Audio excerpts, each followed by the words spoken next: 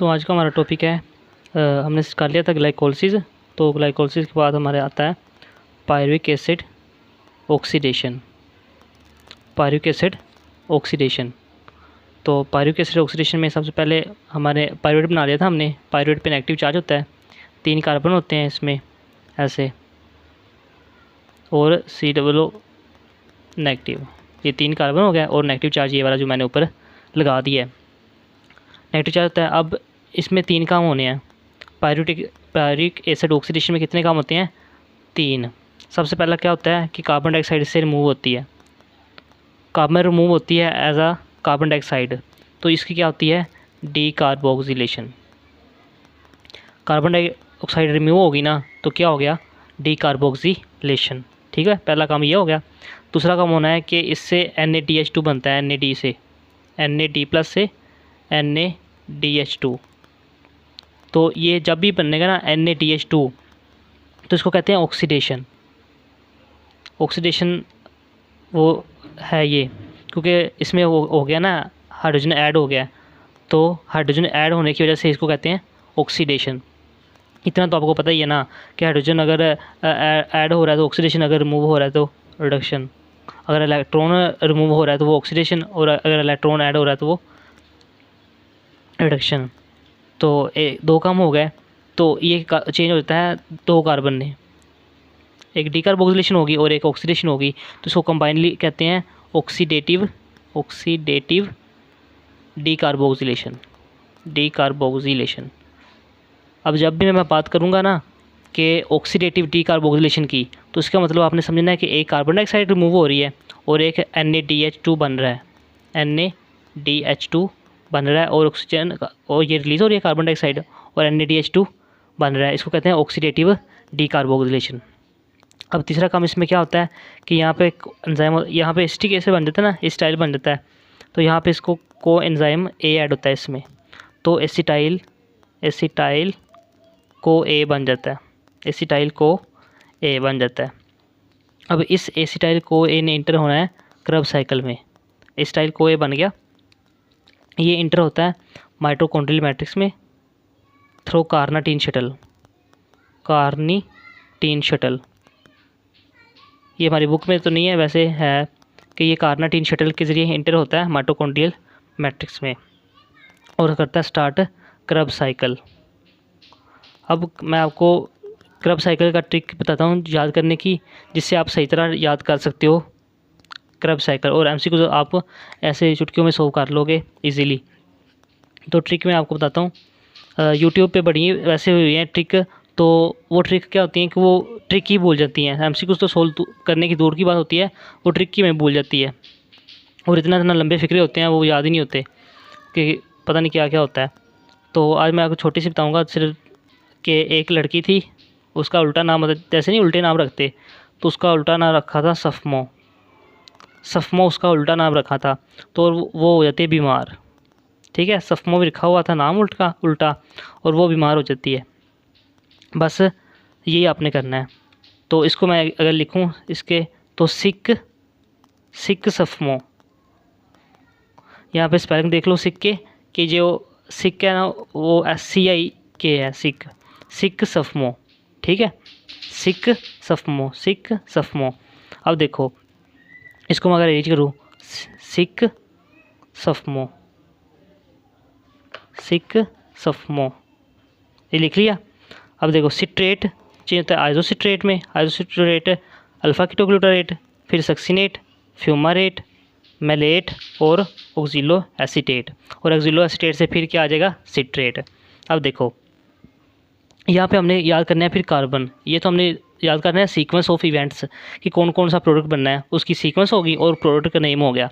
आगे हमने करना है कार्बन, पहला होता है 6 कार्बन, ठीक है, फिर दूसरा भी होता है 6 कार्बन, 2 कार्बन 6 हो गया, फिर यहाँ पे अल्फ़ा कीटोग्लूटारेट 5 कार्बन होता है, और फिर सारे चार ये सारे 4 कार्बन हो गया। पहला 6, दूसरा 6, फिर 5, फिर बाकी सारे 4, तो हम 2 हो गए। अब नेक्स्ट देखो कि इसमें कहाँ पे ऑक्सीडेटिव डीकार्बोक्सिलेशन होती है। सबसे पहले आपने याद रखना है कि जो अल्फ़ा कीटोग्लूटारेट है ना, ये वाला अल्फ़ा कीटोग्लूटारेट, इसके आगे और इसके पीछे के है ना तो काटता है तो एनर्जी लगती है, तो इसके आगे और पीछे क्या होती है, ऑक्सीडेटिव डीकार्बोक्सिलेशन।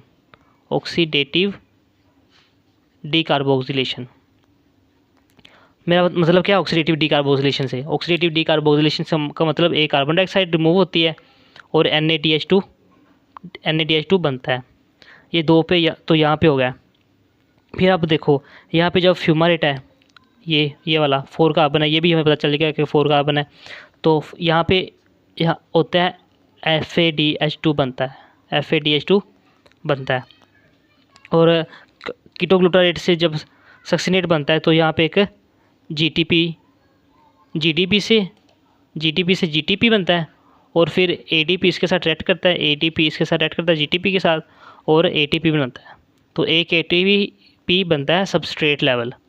अब सबस्ट्रेट लेवल ऑक्सीडेटिव फॉस्फोराइलेशन में क्या डिफरेंस है, ये मैंने बार बार बताया हुआ, अब नहीं मैं दोबारा बताऊंगा, वो देखना तो आप पिछली वाली वीडियो में देख लो। ATP बन गया, और एंड वाले लास्ट पे एक और है कि जब बनता है ना ये वाला मैलेट से ऑक्सिलो एसीटेट, तो यहाँ पे बनती है, यहाँ पे बनता है NaDH2,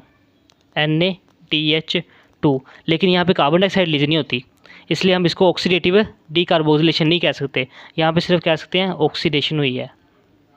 ठीक है, अब इसकी भी ट्रिक है याद करने की, वो मैं आपको बाद में बताऊँगा। आपने सिंपली बस याद करना है कि सिक सफमो से होगा अल्फ़ा कीटोग्लूटारेट के आगे पीछे ऑक्सीडेटिव डीकार्बोक्सिलेशन। यहाँ पे GTP या F है तो हमें F याद दिलाएगा कि यहाँ पे FADH2 बनता है, FADH2, और लास्ट पे मेलोट और ऑक्सिलो एसीटेट के दरमियान सिर्फ ऑक्सीडेशन होती है, oxidation without decarboxylation, oxidation without decarboxylation, oxidation without decarboxylation, oxidation without decarboxylation last वाले स्टेप में। ठीक है, सिक ये 6 कार्बन, ये भी 6 कार्बन, मैं दूसरी मार्कर से बनाता हूँ, अगर ये 6 कार्बन, ये 6 कार्बन, ये 5 कार्बन, ये बाकी सारे 4। ठीक है, तो कार्बन नंबर इसमें हमें क्या होगा, सीक्वेंस ऑफ इवेंट्स भी याद हो गया, सीक्वेंस ऑफ इवेंट्स भी याद हो गया कि सिक सफमो, सीक्वेंस ऑफ इवेंट्स भी याद हो गया, कार्बन नंबर भी याद हो गया, और कहाँ पे ऑक्सीडेशन और ऑक्सीडेटिव डीकार्बोक्सिलेशन हो रही है, कहाँ पर ऑक्सीडेशन हो गया वो भी याद हो गया। तो इसी ट्रिक को लेके मैं आगे चलूँगा। नेक्स्ट हम MCQ सोल्व करते हैं इसके। तो ये मैंने MCQ बनाए हैं, ये आप सोल्व करो पहले, ये तो इसी ट्रिक की मदद से आप सोल्व करो। मैं करता हूँ, mark the correct sequence of event in which oxidation occur without decarboxylation. तो मैंने आपको बताया भी है ऑक्सीडेशन अक्कर विदाउट डीकार्बोक्सिलेशन किस स्टेप में होती है। देखते हैं कि जो मैंने ट्रिक बताई थी, सिक सफमो। ठीक है, तो ये 6 कार्बन, ये भी 6 कार्बन, ये 5, बाकी सारे 4। तो मैंने आपको पहले बताया था कि जो कीटोग्लूटारेट है, अल्फ़ा कीटोग्लूटारेट, इसके आगे और इसके पीछे ऑक्सीडेटिव डीकार्बोक्सिलेशन होनी है, और लास्ट वाले स्टेप में जब मैलेट यहाँ पे ऑक्सिलो स्टेट में चेंज होता है तो सिर्फ ऑक्सीडेशन होती है, यानी कि NaDH2 बनता है। तो ऑक्सीडेशन विदाउट डीकार्बोक्सिलेशन कहाँ पे हो रही है, जब मैलेट ऑक्सिलो स्टेज में चेंज हो रहा है। तो यहाँ पे MCQ देख लो कौन सा बन रहा है, सक्सिनेट टू फ्यूमारेट नहीं, अल्फ़ा कीटो, तो ये MCQ बनेगा हमारा चार्ली, मैलेट से ऑक्सिलो एसीटेट हमारा करेक्ट आंसर आ जाएगा। नेक्स्ट MCQ देखो अब कि mark the correct sequence of events occur in TCA cycle. अच्छा, ये सीक्वेंस ऑफ इवेंट्स उन्होंने बताया हुआ है कि कौन सा है। तो पहले मैं आपको यहाँ पे अब ट्रिक लिख लो कि सिक, यहाँ पे नीचे लिखता हूँ, सिक सफमो मैंने लिख दिया, सिक सफमो। देखो एक लाइन है सिर्फ छोटी सी, 2 वर्ड हैं, तो 2 वर्ड से आपका पूरा साइकिल हो जाता है।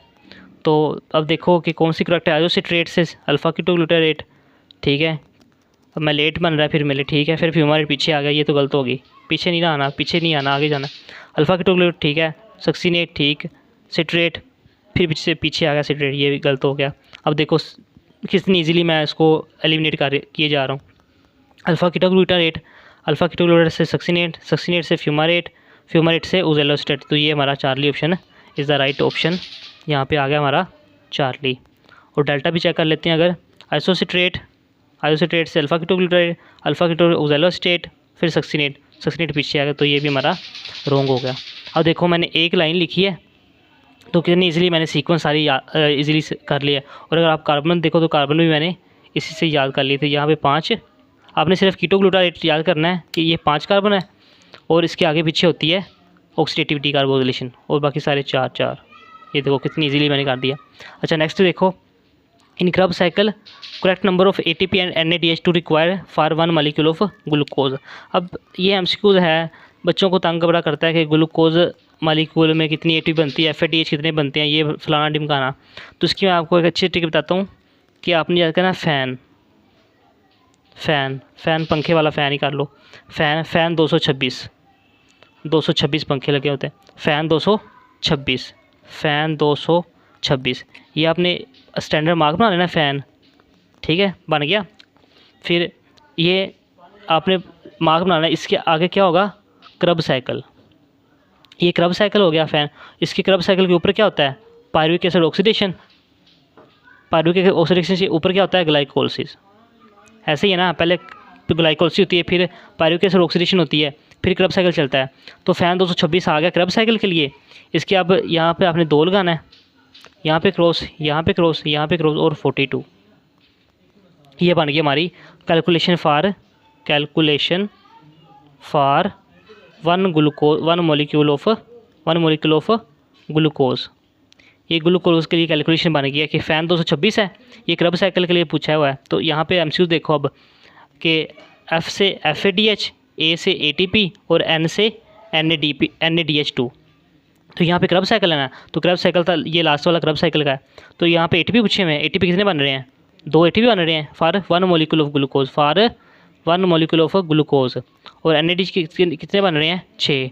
तो हमारा MCQ क्या हो गया, ATP 2, ATP कितने आ गए 2, और NADH कितने आ गए, NADH2 कितने आ गए 6। तो हमारा ये 4 ऑप्शन ठीक बन रहा है। अब मैं आपको दोबारा भी बता देता हूँ ये ट्रिक। तो पहले अगला MCQ सोल्व करते हैं। ये आप नोट कर लो अच्छी तरीके से, ये अपनी बुक पे या कॉपी पे लिख लो और 1-2 दफ़ा ड्रा करके देखो कैसे ड्रा करनी है। कि फ़ैन हमारा स्टैंडर्ड मार्क है फ़ैन 226, यहाँ पे 2, यहाँ पे क्रॉस, यहाँ पे क्रॉस, यहाँ पे क्रॉस, और 42। ये ग्लाइकोलिसिस, ये पायरुविक एसिड ऑक्सीडेशन और एंड पे क्रब साइकिल। ये स्टैंडर्ड बन गया हमारा फ़ैन मतलब FADH, ATP और NADH2। तो लास्ट वाला MCQ है कि in sequence of events of TCA cycle alpha ketoglutarate change to fumarate through. अब देखो यही वही MCQ आ गया कि सीक्वेंस वाला MCQ आ गया। तो सीक्वेंस वाला मैंने क्या बताया, सफ़मो। तो क्या पूछ रहा है कि TCA साइकिल अल्फ़ा कीटोग्लूटारेट, ये है alpha ketoglutarate, change into fumarate through succinate. ये देखो आ गया MCQ, throw succinate.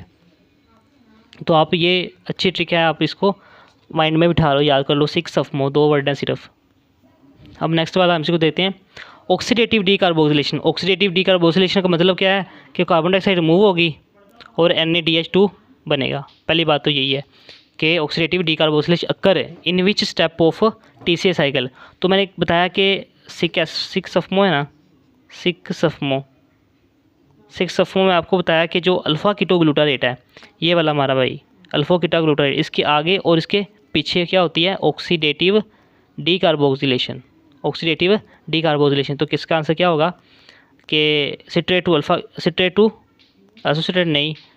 Alpha ketoglutarate, citrate नहीं, ये भी नहीं, कीटोग्लूटारेट टू सक्सीनेट। यहाँ पे ही होगी ना इसके आगे, यहाँ पे अल्फ़ा कीटोग्लूटारेट से सक्सीनेट। तो ऑक्सीडेटिव डीकार्बोक्सिलेशन का कहाँ पे होती है, कीटोग्लूटारेट के आगे और पीछे। अच्छा नेक्स्ट MCQ देते हैं अब,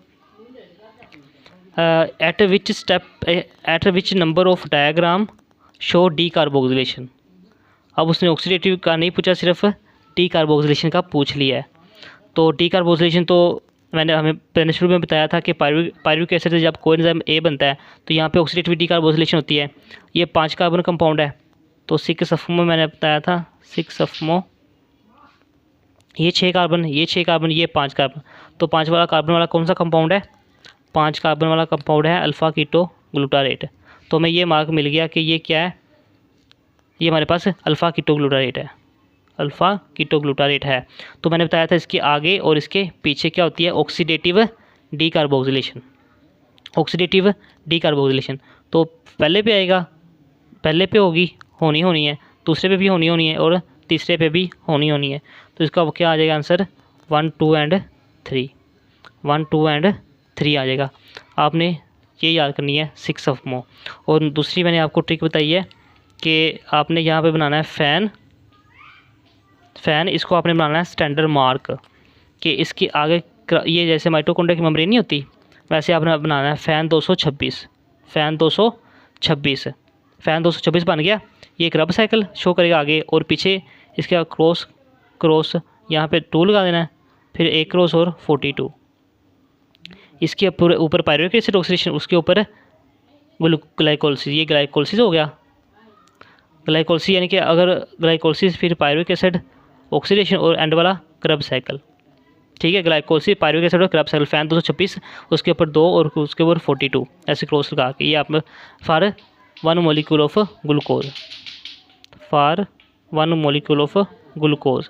अब यहाँ पे कितने एमसीक्यूज बना सकता है कि आप बताओ कि पायरुवेट एसिड ऑक्सीडेशन में NADH कितने रिलीज़ होते हैं, for 1 molecule of glucose NADH कितने रिलीज़ हो रहे हैं, 2। यहाँ पे अगर पूछ रहे हैं कि क्रब साइकिल में FADH कितने रिलीज़ हो रहे हैं, तो फॉर 1 मॉलिक्यूल ऑफ ग्लूकोज, तो यहाँ पे देखो FADH कितने रिलीज़ हो रहे हैं, 2। अगर यहाँ पे मतलब डेढ़ों एमसीक्यूज बन सकते हैं, वो काउंट नहीं कर सकते। अगर आप यहाँ से टोटल कैलकुलेट करना चाहो तो वो भी मैं आपको इंशाल्लाह नेक्स्ट में आपको दोबारा करा दूँगा।